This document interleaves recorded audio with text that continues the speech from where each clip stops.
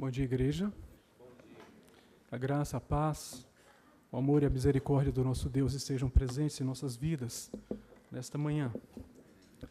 Convido você a abrir sua Bíblia em Romanos, capítulo 8. Estaremos lendo dos versículos 31 a 39.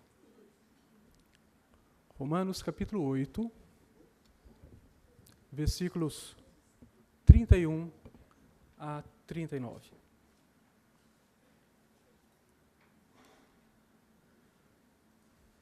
Diz a eterna palavra do Senhor. Que diremos, pois, à vista destas coisas? Se Deus é por nós, quem será contra nós?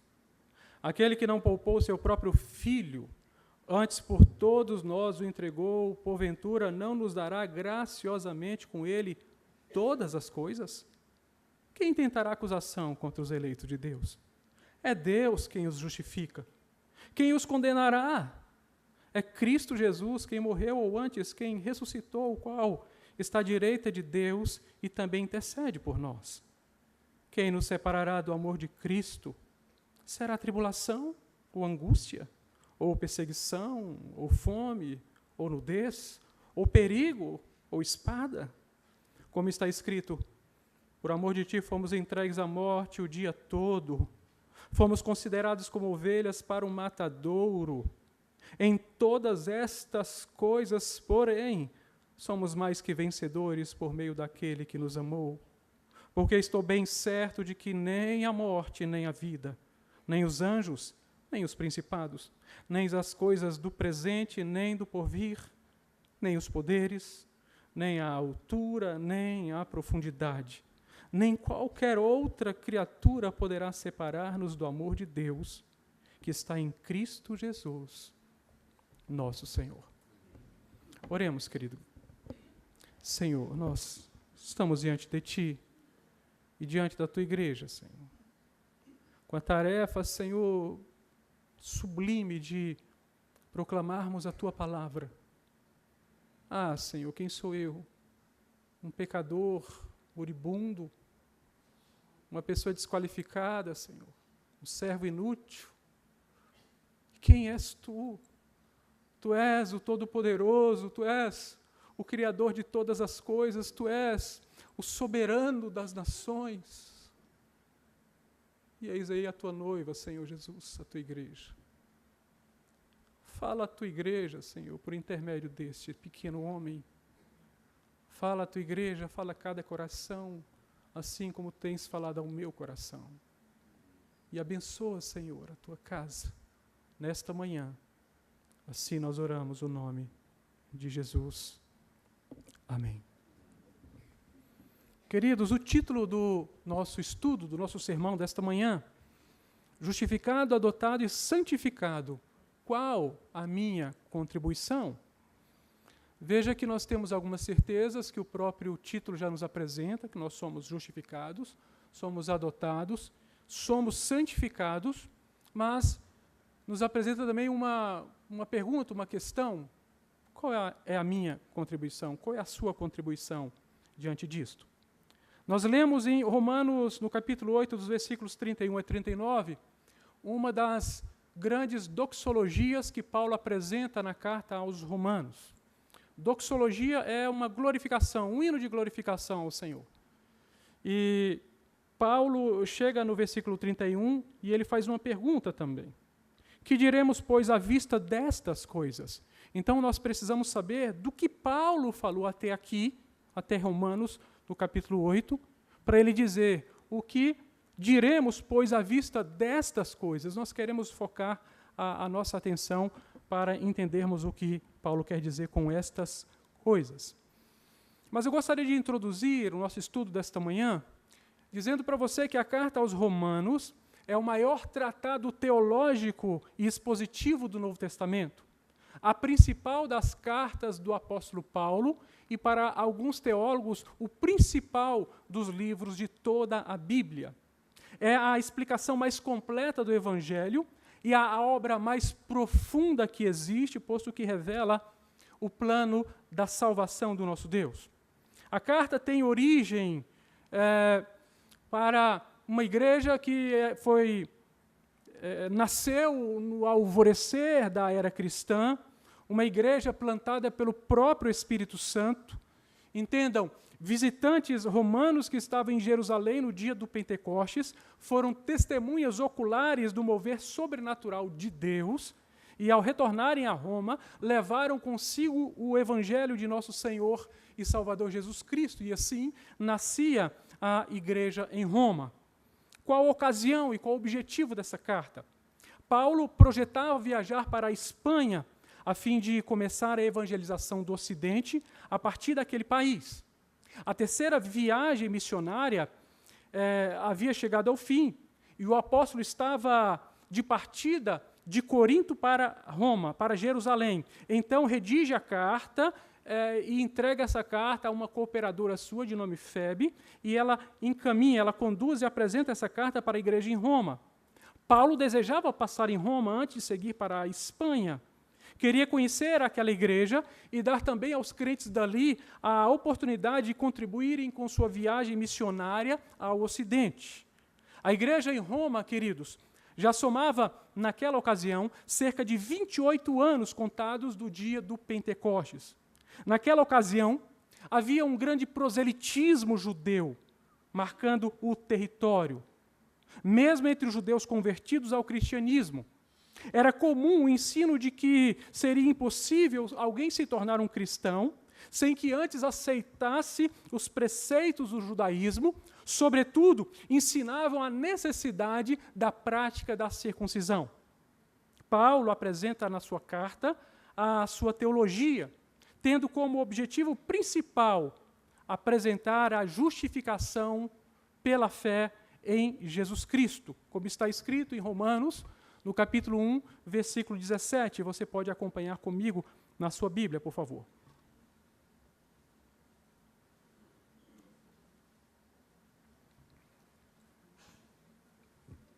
Diz a palavra do Senhor: visto que a justiça de Deus se revela no Evangelho, de fé em fé, como está escrito, o justo viverá por fé. Os capítulos 1 e 2 da carta aos Romanos, Paulo apresenta a pecaminosidade do gênero humano, como o pecado devastou o gênero humano.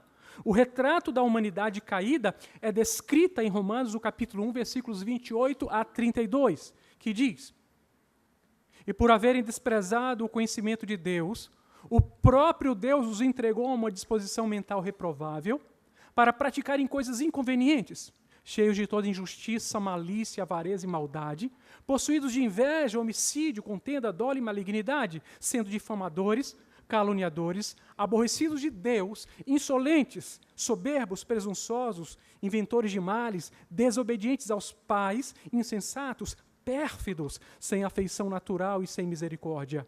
Ora, conhecendo eles a sentença de Deus, de que são passíveis de morte os que tais coisas praticam, não somente as fazem, mas também aprovam os que assim procedem. O quadro pintado por Paulo era de negras cores, era um quadro terrível. Paulo insistia em dizer que não havia escapatória para o gênero humano, nenhuma pessoa escaparia da ira de Deus, quer fossem judeus, quer fossem gentios, porque todos se fizeram inúteis por causa do pecado cometido. Os judeus pecaram sendo conhecedores da lei, e os gentios pecaram sem conhecer a lei, como está escrito em Romanos, no capítulo 2, versículo 2, que diz: assim, pois, todos os que pecaram sem lei, também sem lei, perecerão. E todos os que com lei pecaram, mediante a lei, serão julgados. O pecado havia arrasado a todos.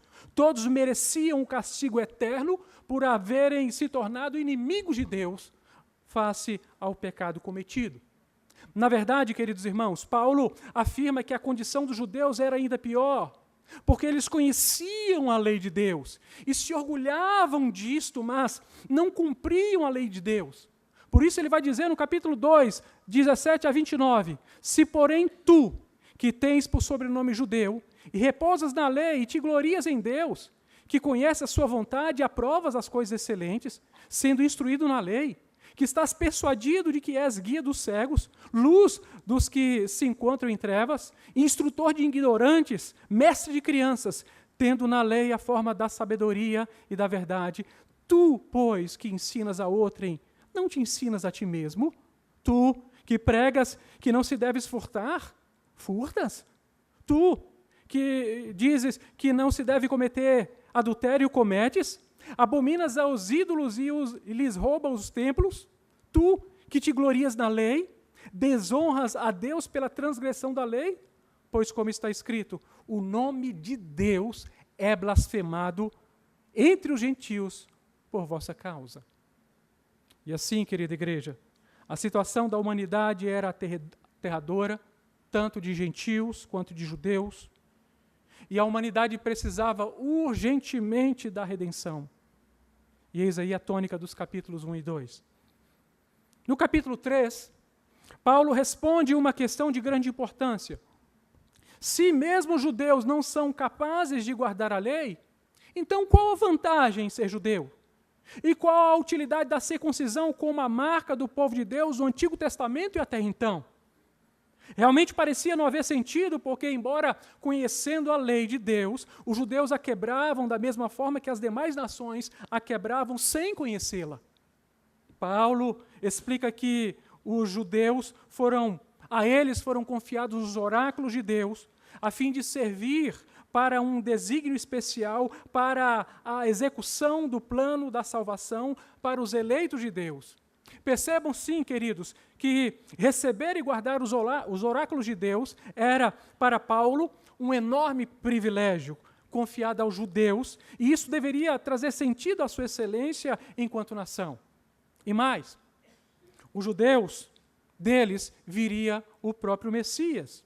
Sim, era preciosíssimo ser judeu, mas Paulo enfatiza que, muito embora ser judeu fosse um grande privilégio e servisse a um grande propósito, ao propósito eterno de Deus para a salvação, isso não tornaria Israel diferente das outras nações, porque todos eram igualmente necessitados da salvação pela graça.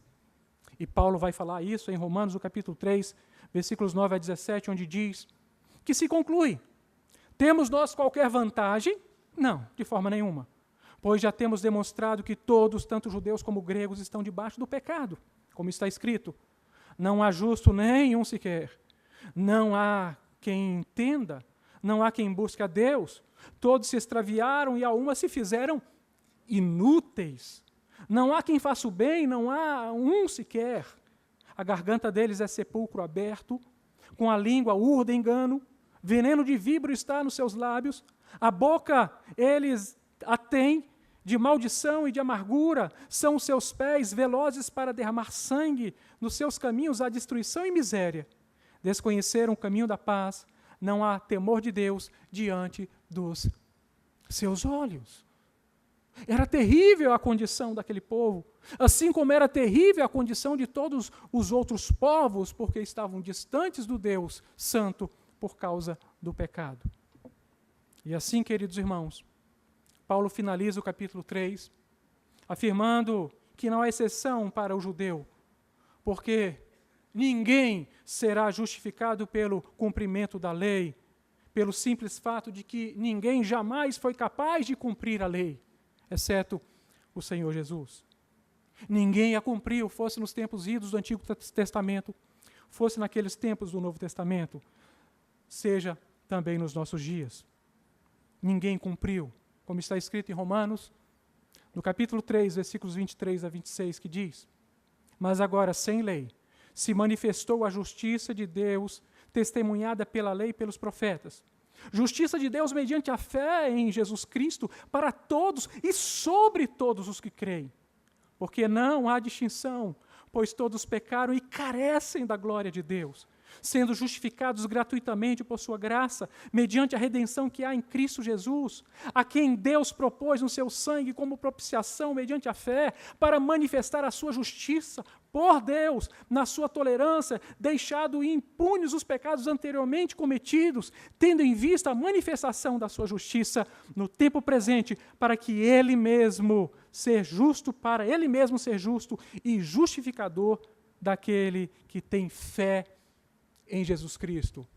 Justificação só pode ocorrer mediante a fé em Jesus Cristo.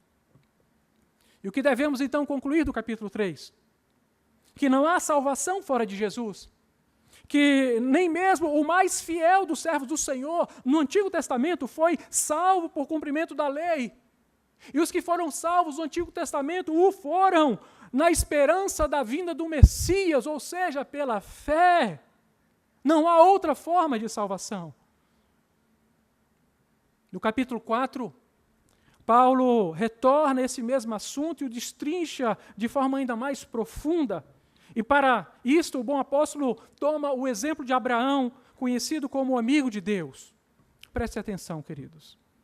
De acordo com Adolf Pur, era necessário que Paulo desmontasse uma doutrina ensinada pelos rabinos, que afirmava que Abraão havia alcançado a salvação por sua obediência à lei, mesmo antes da lei ser entregue ao povo de Israel, o que aconteceu muito depois com Moisés. Supunham os rabinos que nada de maligno tinha poder sobre a vida de Abraão. Eles ensinavam que Abraão viveu como o mais íntegro entre os íntegros sobre a face da terra. E em sua obediência perfeita, ele recebeu como recompensa a justificação que veio do Senhor. Deus o escolheu e o justificou, porque antes disso mesmo ele era digno. Aí Paulo entra na questão. Paulo explica que se isso fosse verdade, Abraão estaria recebendo tão apenas a recompensa por sua obediência. Deus seria um devedor a Abraão, como explica em Romanos 4, versículo 4. Ora, ao que trabalha, o salário não é considerado como favor, e sim como dívida. Seria então Deus devedor a Abraão? É o que Paulo pergunta. Mas o argumento continua sendo desmontado a partir da própria Bíblia, que ensina que Abraão foi justificado pela fé. Então Paulo se utiliza do argumento de Gênesis 15, versículo 6, que diz: ele creu no Senhor e isso lhe foi imputado para justiça.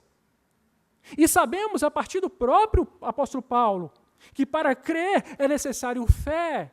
E Efésios, no capítulo 2, versículos 8 e 9, nos ensina que fé é dom de Deus. Vejamos, porque pela graça sois salvos, mediante a fé, e isto não vem de vós, é dom de Deus, para que ninguém se glorie, não vem das obras. Fé é dom, e para crermos, precisamos de fé. E para que não pairasse qualquer dúvida sobre o assunto, de ser impossível ao próprio Abraão justificar-se mediante a guarda da lei, e para dar ainda maior amplitude à doutrina da justificação pela graça mediante a fé, o apóstolo Paulo se vale do ensino de Davi, constante no Salmo 32. Está escrito em Romanos, no capítulo 4, versículos 6 a 8. E é assim também que Davi declara ser bem-aventurado o homem a quem Deus atribui justiça. Deus atribui justiça. Não é o homem alcançando esse mérito, é Deus atribuindo. Independentemente de obras. E continua Davi: bem-aventurados aqueles cujas iniquidades são perdoadas. É Deus que está operando. E cujos pecados são cobertos. Bem-aventurado o homem a quem o Senhor jamais imputará pecado. É o Senhor que está trabalhando para a justificação do homem. É o Senhor que está fazendo. O homem é passivo nesse momento. O homem que estava morto dos delitos e pecados é alcançado por Deus, que agora vem ao seu encontro e o redime. Perceba que o homem, em todo tempo, é o alvo da graça de Deus. O homem não fez nada por merecer. o homem não merecia a justificação. Aqui, até o capítulo 4, Paulo demonstrou que todos os homens carecem da justificação, tanto judeus quanto gentios, posto que ninguém é capaz de justificar-se a si mesmo. A verdade é que todos precisamos da bondade de Deus para sermos justificados e libertos das consequências eternas do pecado. Mas no capítulo 5, Paulo explica que a justificação não é um processo, mas um ato declaratório de Cristo, como está em Romanos, no capítulo 5, versículos 1 e 2, que diz: justificado, pois, mediante a fé, temos paz com Deus por meio de nosso Senhor Jesus Cristo, por intermédio de quem obtivemos igualmente acesso pela fé, esta graça no qual estamos firmes, e gloriamo-nos na esperança da glória de Deus. Paulo está ensinando que a justificação é um ato legal, um ato judicial, forense, declaratório, irreversível.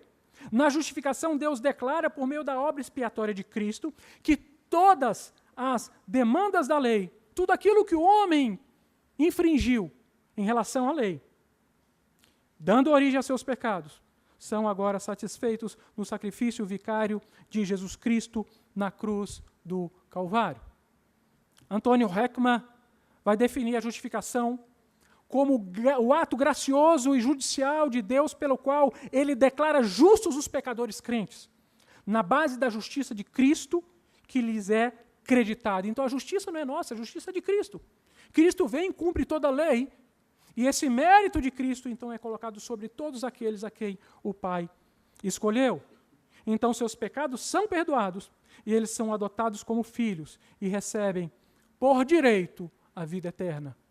Não um direito conquistado, mas um direito recebido por conta do mérito do nosso Senhor e Salvador Jesus Cristo. Então a justificação é um ato judicial que Deus o faz por nós, não várias vezes, mas uma única vez e de uma vez por todas, um ato que não é repetido todas as vezes que pecamos. Um ato perfeito, um ato jurídico perfeito, irretorquível.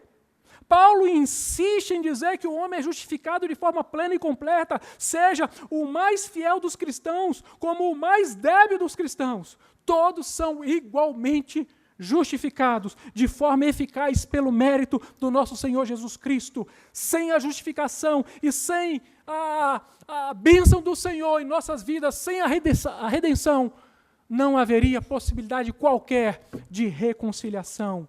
Isso seria impossível. Amém? Isso seria motivo demais, queridos, para a nossa própria doxologia nesse momento, para a nossa glorificação. O capítulo 5 também apresenta a doutrina da representação federativa. Eu vou explicar o que é isso. Doutrina da representação federativa. Em Adão, nós temos a representação federativa da queda. O que significa? Que Adão era o cabeça da raça humana, era o nosso representante. E quando ele cai, todos nós caímos com Adão. Teologicamente, nós chamamos isso de pecado original. Pecado original é a consequência do primeiro pecado, do pecado de Adão, sobre toda a humanidade. É o que Davi vai explicar: em pecado me concebeu minha mãe. Então, Adão é o nosso representante. E quando ele cai, todos nós caímos com Adão.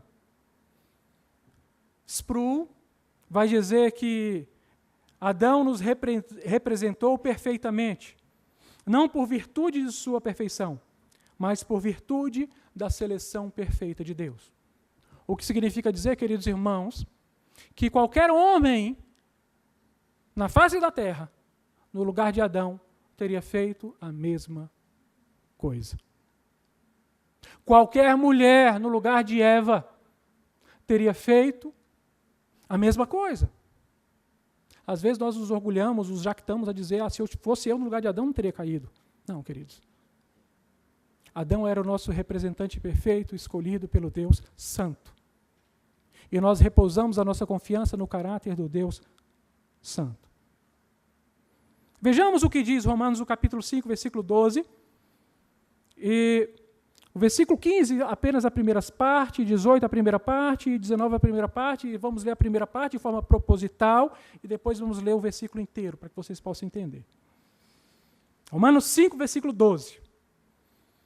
Portanto, assim como por um só homem entrou o pecado no mundo, e pelo pecado a morte, assim também a morte passou a todos os homens, porque todos pecaram. Versículo 15, parte A. Todavia não é assim o dom gratuito como a ofensa, porque se pela ofensa de um só morreram muitos. 18a. Pois assim como por uma só ofensa veio o juízo sobre todos os homens para condenação. E 19a. Porque como pela desobediência de um só homem, muitos se tornaram pecadores. Eis aí a doutrina da representação federal na queda de Adão. Mas entendam, na doutrina da representação federativa da queda, Paulo nos ensina que quando Adão pecou, sua queda repercutiu em toda a sua descendência, como também tudo aquilo que Deus lhe havia sujeitado, ou seja, a criação.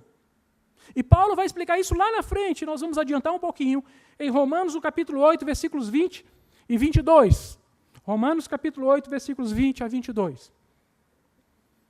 Palavra do Senhor que diz: pois a criação está sujeita à vaidade, não voluntariamente, mas por causa daquele que a sujeitou. Ou seja, Adão, quando cai, leva o efeito da queda à criação. Na esperança de que a própria criação será redimida do cativeiro da corrupção para a liberdade da glória dos filhos de Deus, porque sabemos que toda a criação a um só tempo geme e suporta angústias até agora. Então a criação aguarda a nossa redenção, para que ela também seja redimida. É isso que Paulo está explicando. O efeito da queda de Adão. Como isso devastou a humanidade e toda a criação que estava sujeita a Adão. Entendam, queridos. E eu gostaria de aqui chamar a atenção de todos vocês. Se alguém não consegue aceitar a doutrina da representação federativa da queda em Adão, como poderá aceitar a doutrina da representação federativa da obediência em Cristo? Então eu preciso aceitar que por causa de um pecado chegou à minha vida, e a morte também. E por causa do último Adão, Jesus, da sua obediência na cruz, a vida chegou até a mim. Os méritos são de Cristo. Sem Adão todos fomos representados na queda, em Cristo todos somos representados na obediência.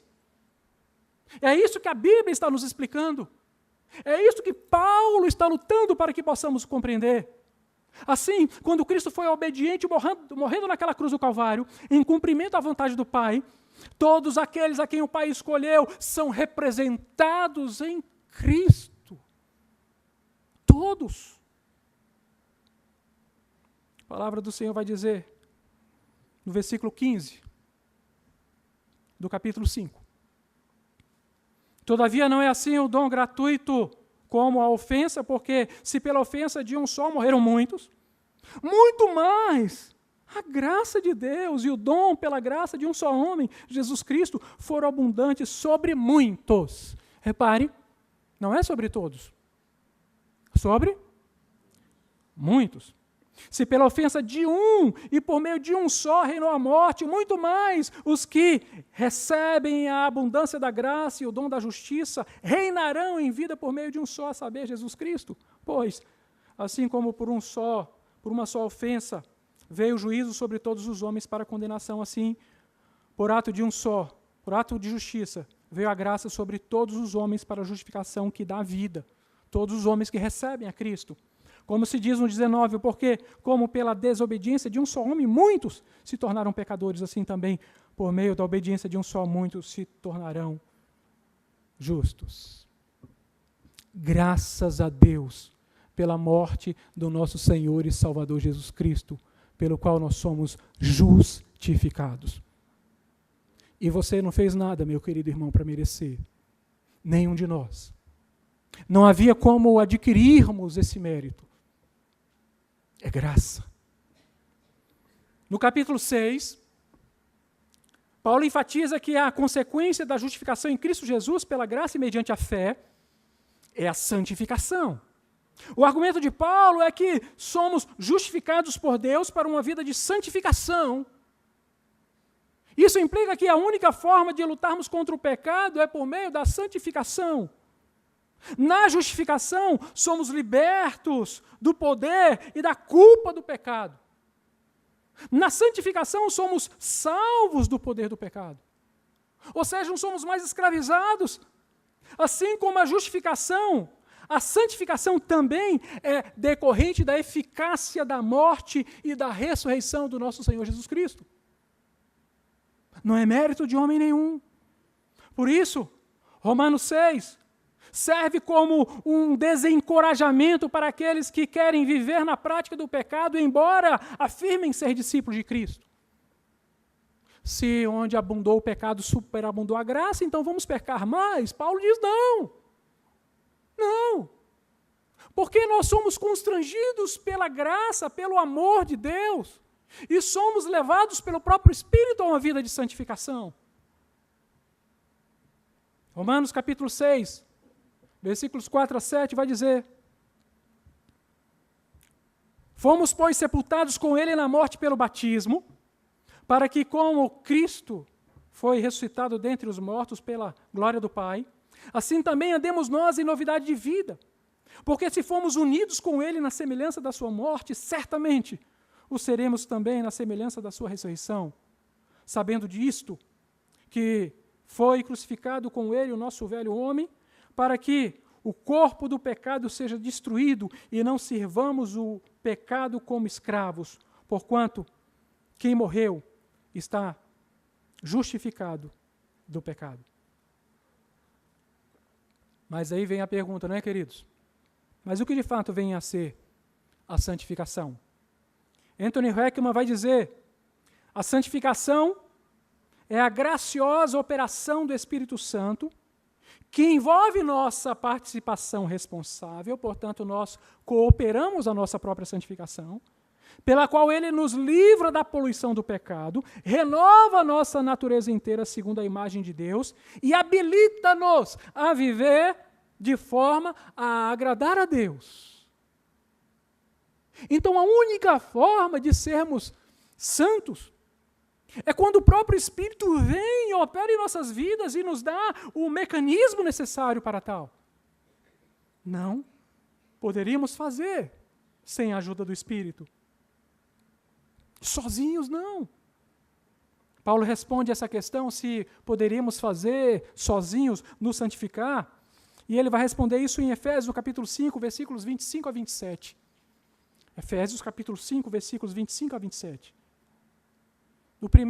A primeira parte, nós vemos, ele está se dirigindo aos maridos, mas nós queremos a parte seguinte, que vai dizer: maridos, amai vossa mulher. Como, e a partir daí, nos interessa muito, como também Cristo amou a igreja e a si mesmo se entregou por ela, para que a santificasse. Quem santifica a igreja? É Cristo.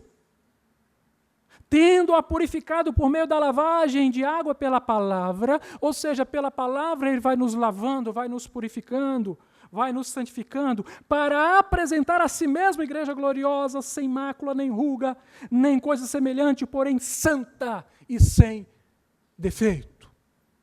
É Cristo que opera para a nossa santificação, queridos. O ensino de Paulo está em perfeita sintonia com o ensino do Antigo Testamento. Levítico, por exemplo, no capítulo 22, versículos 32 e 33, a palavra do Senhor vai dizer: não profanareis o meu santo nome, mas sereis santificado no meio dos filhos de Israel. Eu sou o Senhor que vos santifico. Aleluia. É Deus quem nos santifica. E ele termina: que vos tirei da terra do Egito para ser o vosso Deus, eu sou o Senhor. Para sermos povo de Deus santo, precisamos ser santos. E na realidade não conseguiríamos de forma nenhuma sozinhos se o Senhor não nos ajudasse. Amém? Assim devemos entender a santificação como um ato definitivo de Deus, porque Ele nos separou para si. É definitivo, somos santos, somos separados. Mas também devemos compreender a santificação como algo progressivo e processual, como uma capacitação espiritual, onde Deus vai nos capacitando, nos envolvendo e nos dando capacidade, condições para prosseguirmos crescendo na graça do nosso Senhor Jesus Cristo.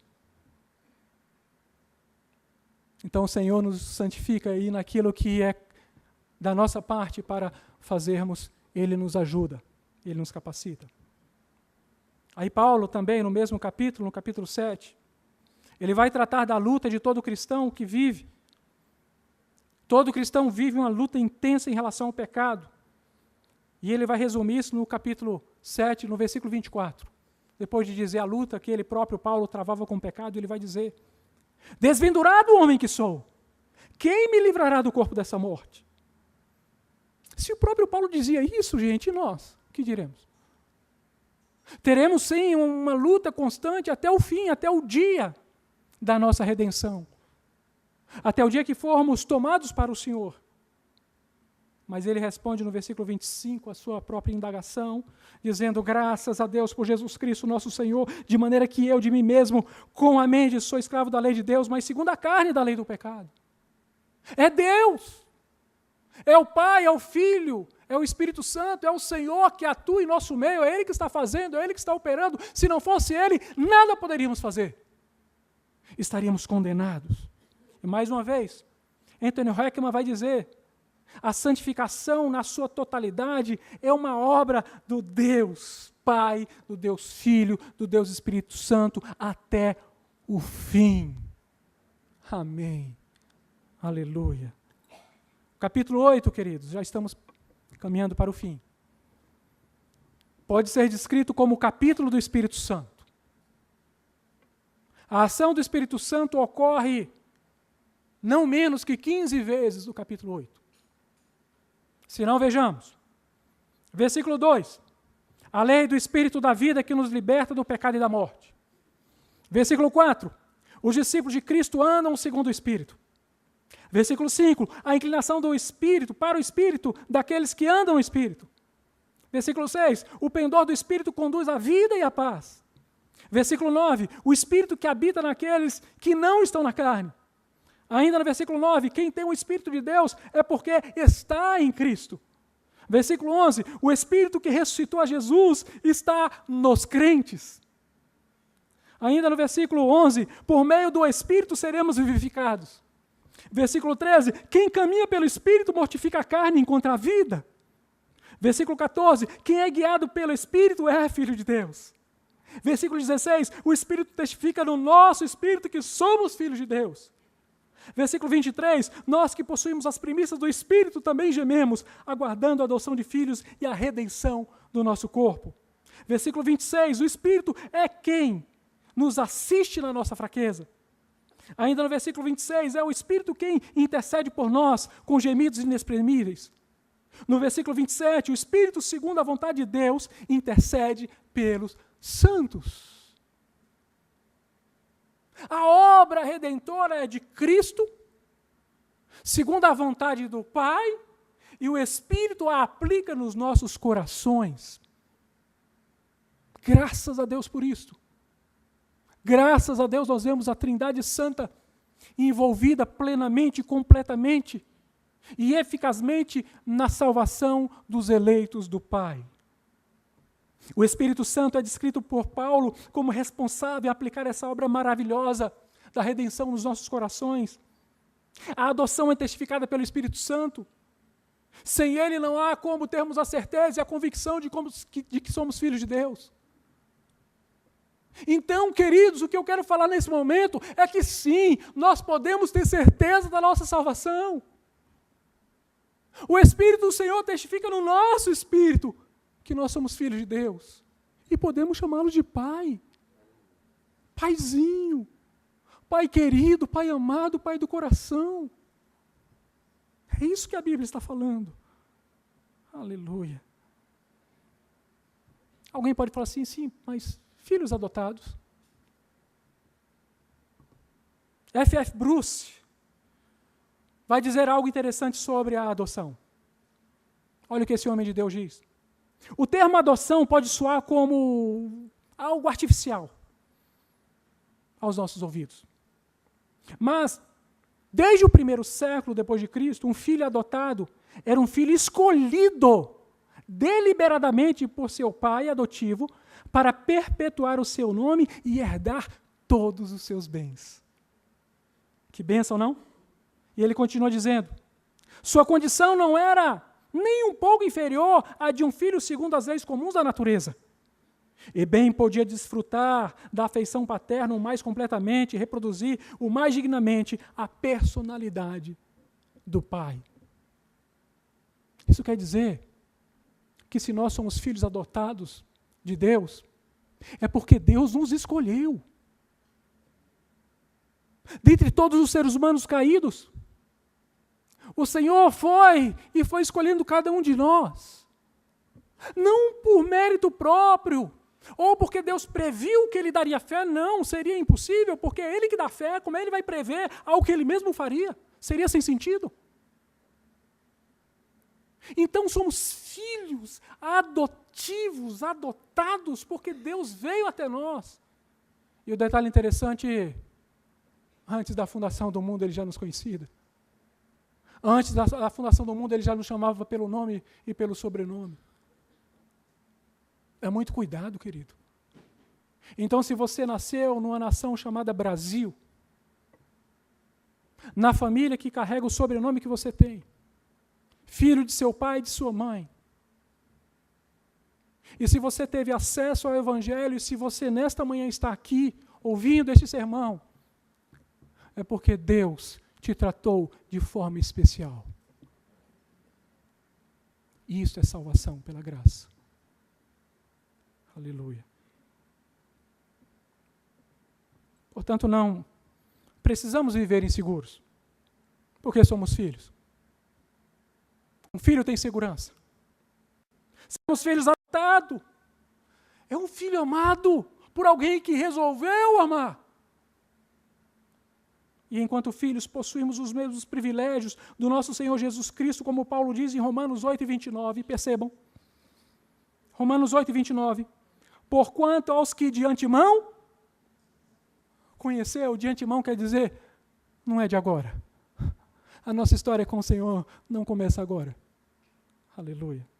Também os predestinou para serem conformes à imagem de seu Filho. Ou seja, quando Deus olha para cada um de nós, é como se olhasse para o seu próprio filho.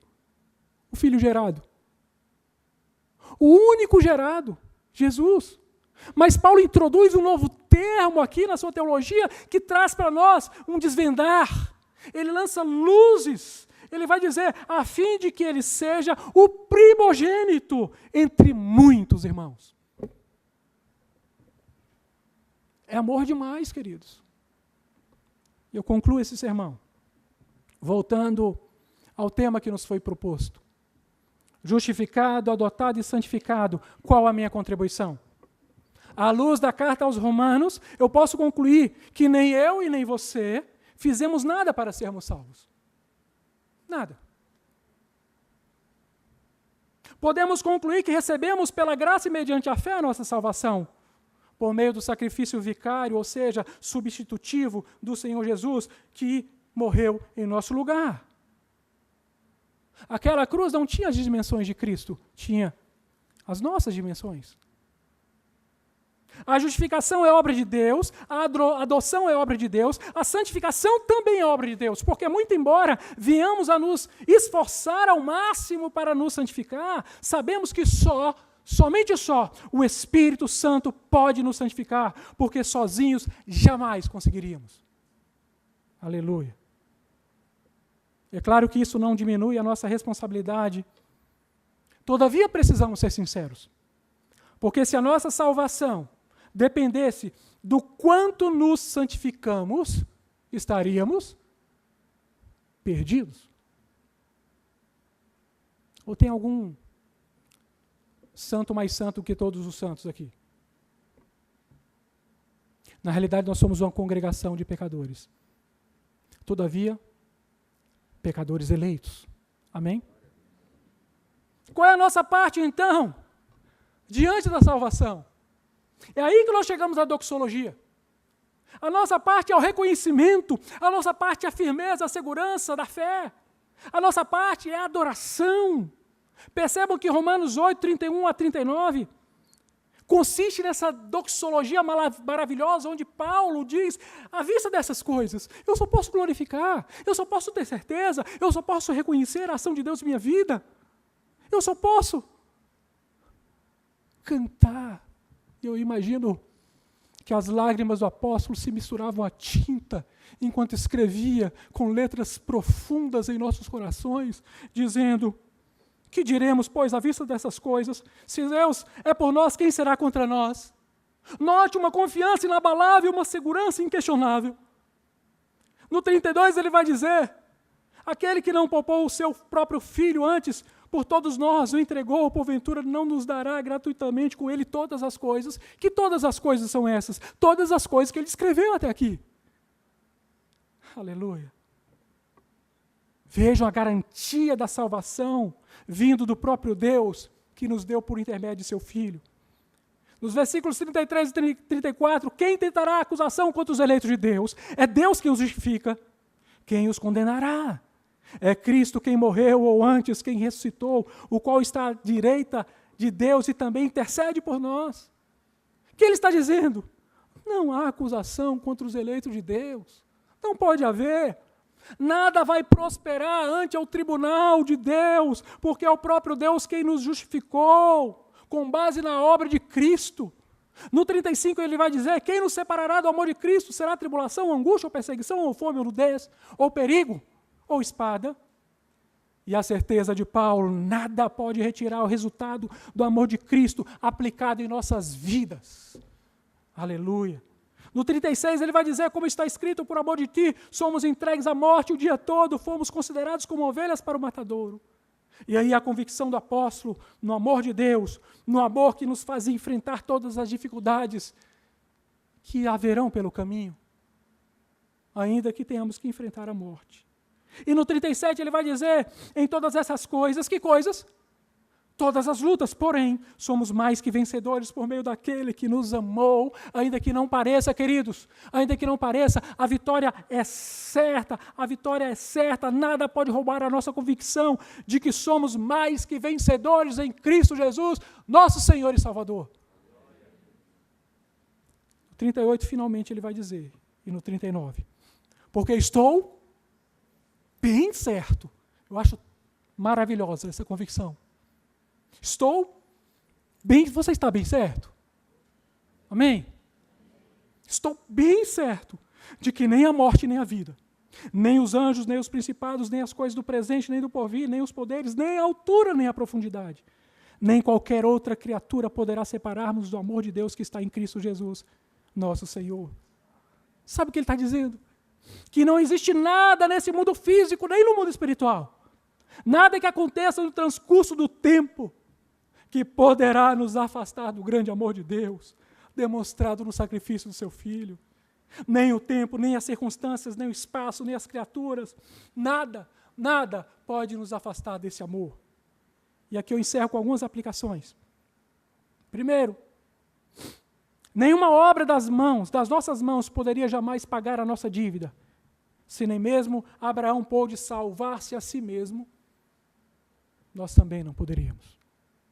Segunda, a nossa salvação está nas mãos daquele que nos amou primeiro, não nas nossas. Bênção isso, queridos. Terceiro, nenhum pecado cometido pelos eleitos do Pai pode ser maior que a obra redentora de Cristo. É Deus quem nos justifica.